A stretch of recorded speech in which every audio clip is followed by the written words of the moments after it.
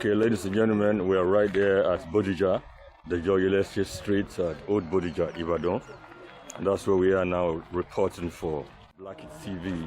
This is where we are trying to find out exactly what happened last night. It's a report that reached us at 7:46 p.m. on Tuesday. There was a blast, and so we are here now to find out exactly what happened. And I'm sure you have seen some of those clips. And here we are now here in the morning to also find out if we can gather more information and see who are still under the rumbles that have been rescued so far. And we also want to talk to a lot of people who have first-hand information. So right here in Ibadan, BODIJA precisely, the Joyelesi Street. So let's go there and find out exactly what happened. If we can gather more information, follow us. Let's go.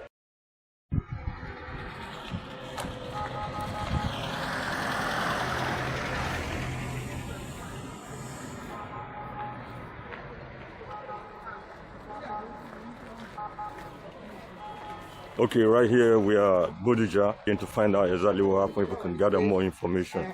And that's why we are here this morning again to find out. Okay, so I guess this way. Is it left or right now?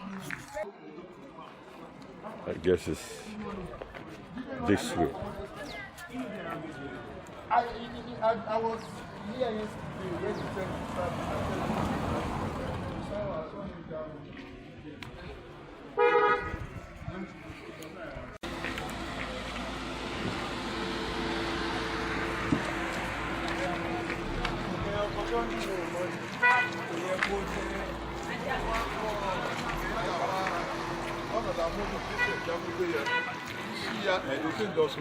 That is Malebe Jimma.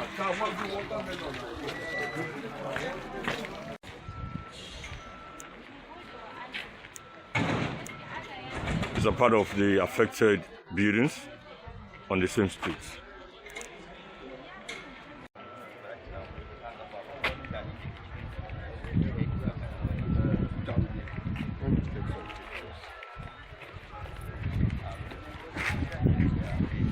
It's also part of the affected buildings.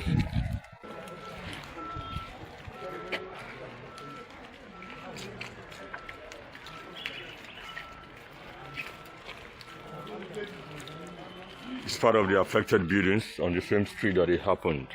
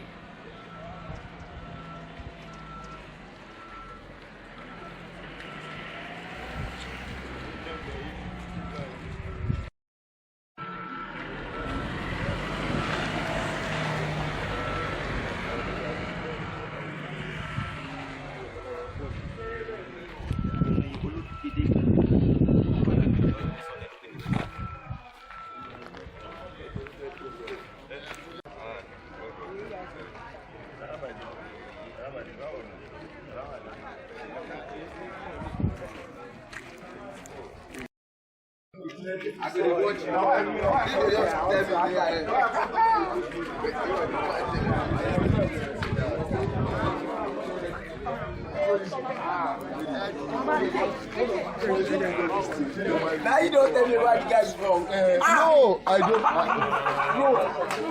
Don't be telling me.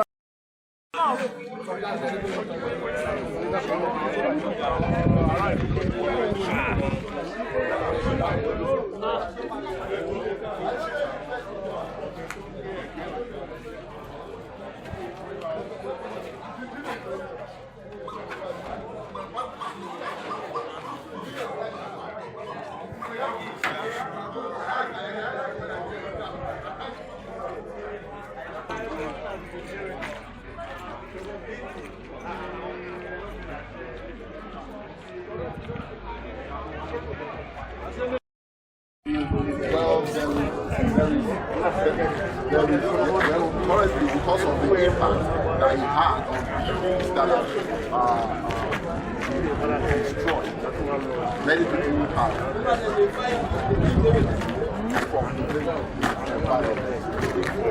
alternative plan to find shelter. And governor had also directed that hospitals and medical facilities take in anybody that is being brought to best as we could. Rescue people. Because at that time my family was already in the hospital. It was just, I can't even explain it. That's just the honest truth. You know, it's like, to describe this, you really need to see it. But just picture Gaza, you know. Just the way we see Gaza, that's exactly what it is. Did you get any information about what would have been the immediate or the most possible? I mean, from the way the blast was, it was obvious that you know, some form of maybe explosives or bomb or whatever. You know, you could even equate it to, let's even say, an earthquake. That's how devastating it was. Everything is gone. I mean, people are under the rubble. Buildings have been flattened.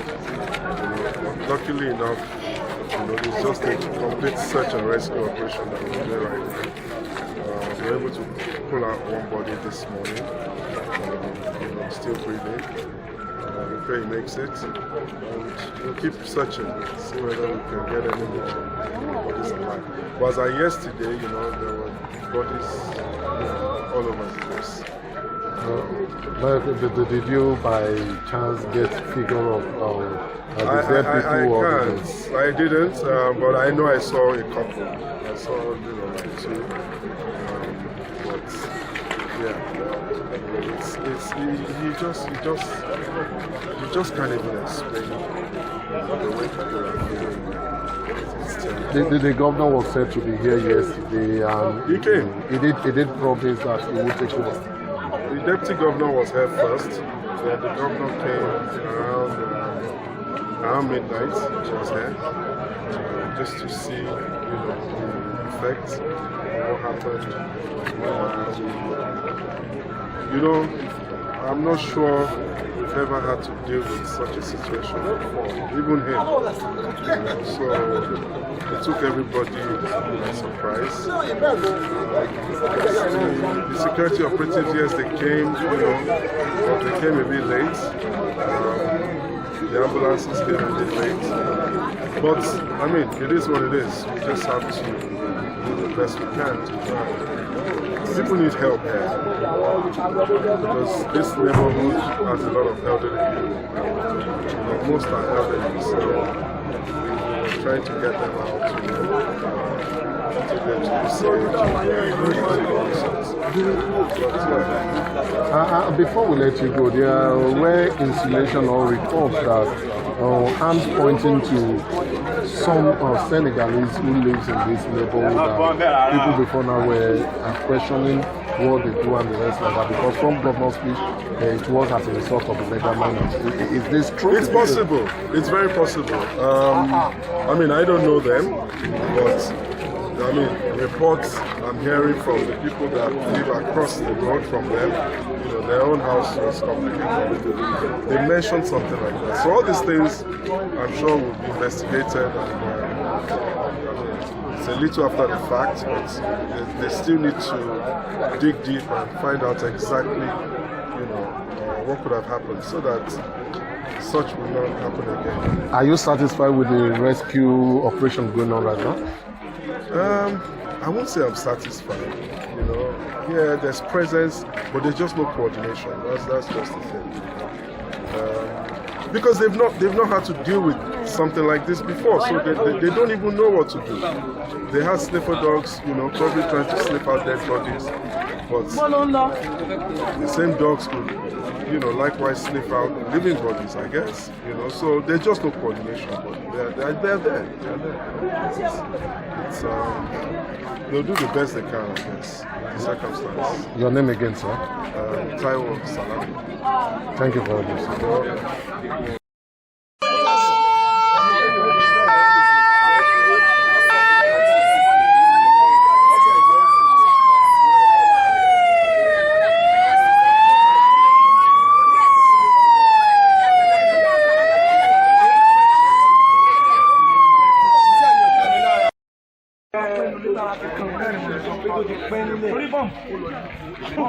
gbogbo ilé ìrìn ṣe ilé àmà ṣòfin ilé àmà ṣòfin mọ́mí máa ṣe lẹ́nu ọmọ mi sí àwọn òòdá mi ṣe lórí àná.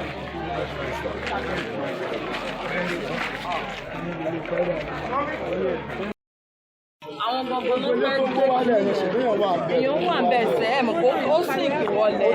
ọjọ́ ọ̀sẹ̀ mẹ́ta ló wó lura àwọn ọmọ rẹ̀. àwọn ilé yẹn fẹ́ àwọn ọmọ pọ̀ ilé dẹ́kun bẹ̀. kì í ṣe lé bóyá lé òfin àfihàn àwọn ilé tó pé bíi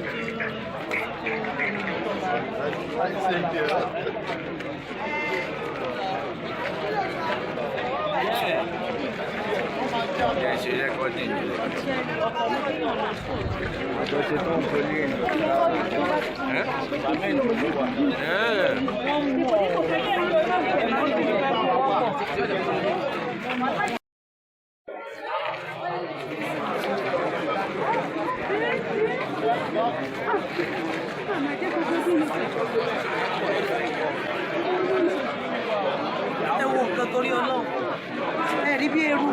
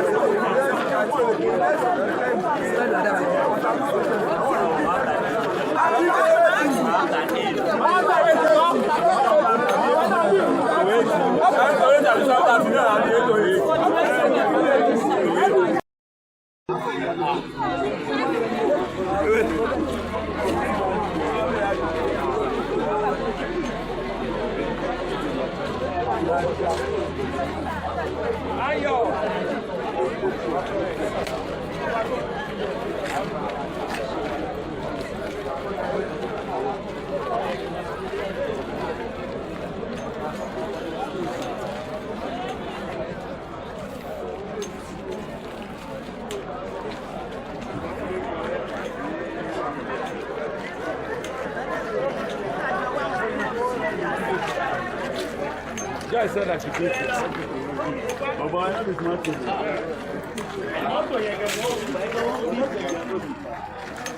You don't say the car down.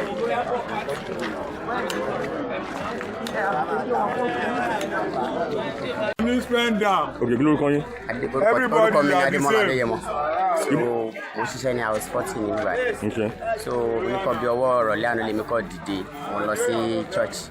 So ní church mo ti gbọ́ gbà ó tí nǹkan dún. So later mo wá gbọ́ tí manager mi pè mí pé ibo mo wà, mo ní mo wà ní church. So ìgbà tó di bí ọwọ́ alẹ́ àná pé mo máa padà wá síbí. Mo rí pé ibi tí mo ti kúrò side ibẹ̀ náà ni nǹkan ti ṣẹlẹ̀. So bó ṣe jẹ́ nù a sì dúpẹ́ pé àwọn tó fara pa náà ọba wọ́n ti gbé wọn lọ sí hospital. Wọ́n dẹ̀ láwọn kọ̀ọ̀kan náà wọ́n ń bẹ̀. So adúpẹ́ lọ́wọ́ Ọlọ́run náà but nǹkan tó ṣẹlẹ̀ yóò jẹ́ káyéfì fún gbogbo ọ̀pọ̀lọpọ̀ yẹn. A ò lérò pé nǹkan tó lè ṣẹlẹ̀ ní àyíká ń bíbá yìí ni. So bó ṣe jẹ́ nù sàkí Ọlọ́run kó ṣàánú fún gbogbo wa. So ara àwọn gọ́fúnà náà wọ́n wá sí bíbá yìí ní ọ̀kan bí òru yẹn pẹ̀lú dẹ́bùtì. So wọ́n gbìyànjú ẹ bá wa kí ẹnjìnìà Ṣèyí Mákindé pé wọ́n ṣe dáadáa. Kí lẹ rò kó fa nǹkan tó ṣẹlẹ̀ yìí gan-an? Mi lè sọ pé pàtó nǹkan tó fà á rè torí bí mi ṣe ń wò ó kíní ibi bóyá bọ́ǹbù lápè ni o bóyá kíní torí inú fíìmù lèmi tiẹ̀ ti máa ríro nǹkan báyìí kí nǹkan ṣẹlẹ̀ kí ó dẹ̀ gbé mọ́tò lórí ara wọn kó dẹ̀ skátà kó tún máa tán gbogbo àdúgbò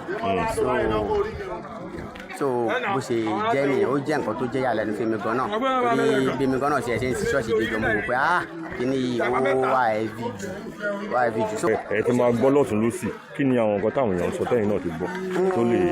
jẹ́jẹ́ tí mi ń gbọ́ ni pé bóyá pé ẹni tó jẹ́ kíní tó máa ń lò fún kùsà tó máa fún wa kùsà tó máa fún wa àwọn òkúta bóyá náà ló máa jẹ́ so mi ò wá mọ̀ bóun ni bóun náà kọ́ so ó yí Ọlọ́run ṣá ló yí Ọlọ́run nǹkan tó ń ṣẹlẹ̀ ó yí Ọlọ́run so èmi ò mọ anything about it.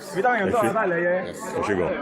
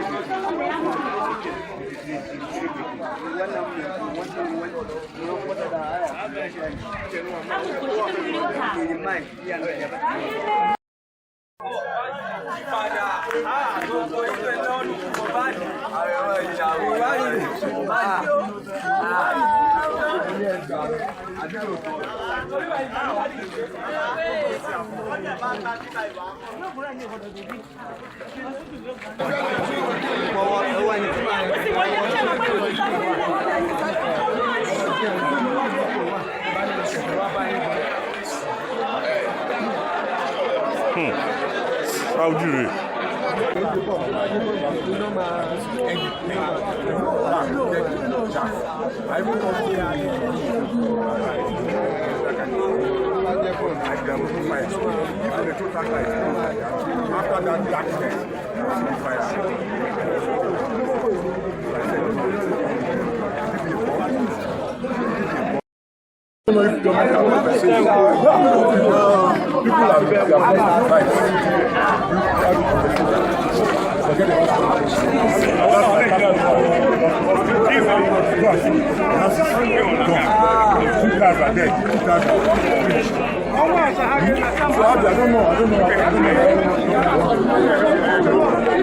But they have to make it work inward. But one thing I want to say is that something has to be done to these miners, these Malians, Senegalese.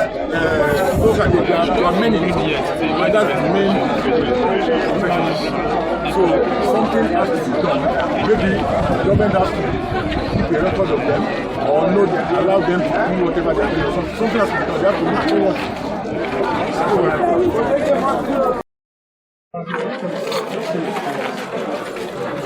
What I can say about this place is that this has actually shown that this country now needs more security. Because we are hearing the saying that it is bomb. Some people even said they saw some lightning. And when the lightning dropped, that was when the explosion happened. Some are saying that it is dynamite. You understand? But looking at it now, whether it's dynamite or bomb, this actually shows that for a place like this, that is more secure in this country, and is having this kind of debate, that means there is a lot to be done by the government. That's what I can just actually express. But just imagine that this is an hotel. And for you to have an hotel in the front of the building, that means the place is more safe. But looking at it now, for a place now like this, not guaranteed to have 100% safety. So where is even safe again in this Ibadan? First of all, other places that are more developed. So for them to be able to like bring that kind of a thing inside of an estate like this, I think we should all be very careful. How I heard about this is that I have to call my mom and my sister's son pick the call and actually express what has happened. Mom's house has collapsed. I was like, what do you mean by that? Do you mean that the sound I heard is actually happening the place you people are staying? And he said yes, that Mom's has actually went out, that she actually survived. I was so happy. And my sister and 2 other kids. So that was how I heard about what happened. And I was coming straight down here to check. Then went to the hospital there in BODIJA. But before I got there, they've actually released them because of the kind of patient they're having is even more than enough. So they are telling most of them to be going to use sage or any clothes. Some people are even dead. So it was that critical. Some people who are inside yesterday shouting, but they don't know the location. So it was that bad. But we thank God for life. We thank God for this. This actually have shared a lot of experience for a lot of people in this Ibadan. That means for this can happen here, it can happen in another place. So we should all be very, very careful. That's what I can share.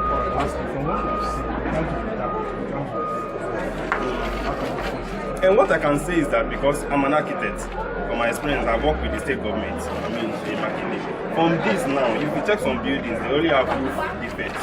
Some have a complete defect. So that's actually shows that most of the buildings they are doing here has been an old building.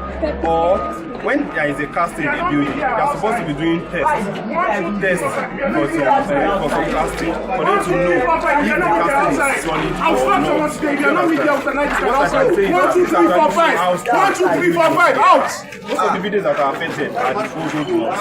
If you look at the ones that they just built, they are still using a very good material. So it's part of the defect that affects to collapse more fast. And what I want government to do is that if the government is going to try to employ new engineers and architects to work on it, it should make sure they use good materials, as that will provide standard for this country. That's what I can share. Alright, thank you.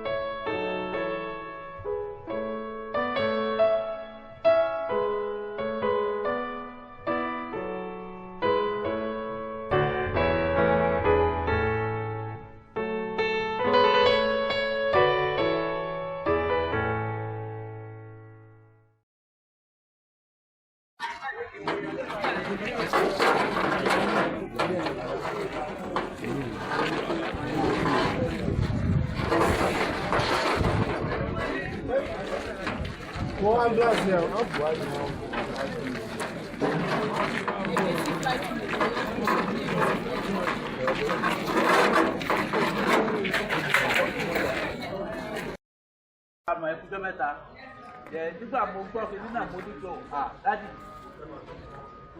ẹ bá sà ẹ kú ẹ̀yọ́ ọlọ́run ọdún àwa pẹ̀lú yín o àmì nígbà fún ẹ̀kọ́ sà.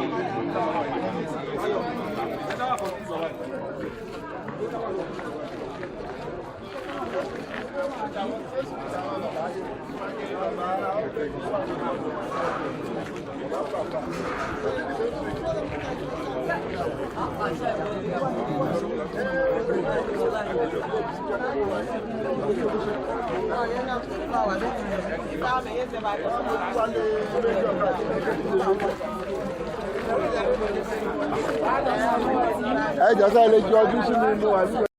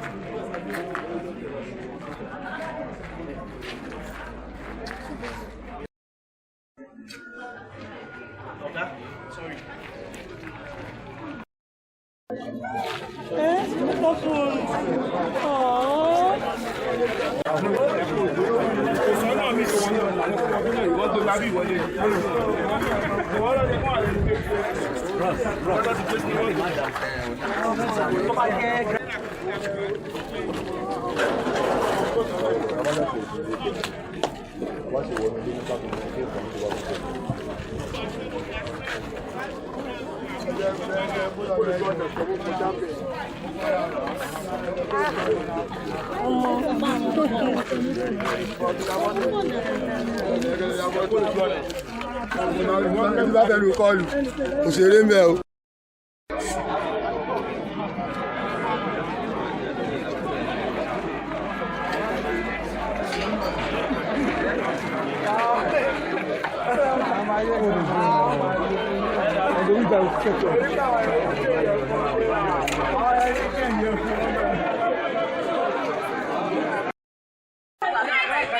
Bẹ́ẹ̀ wọ́n bí tí lè yẹn wà.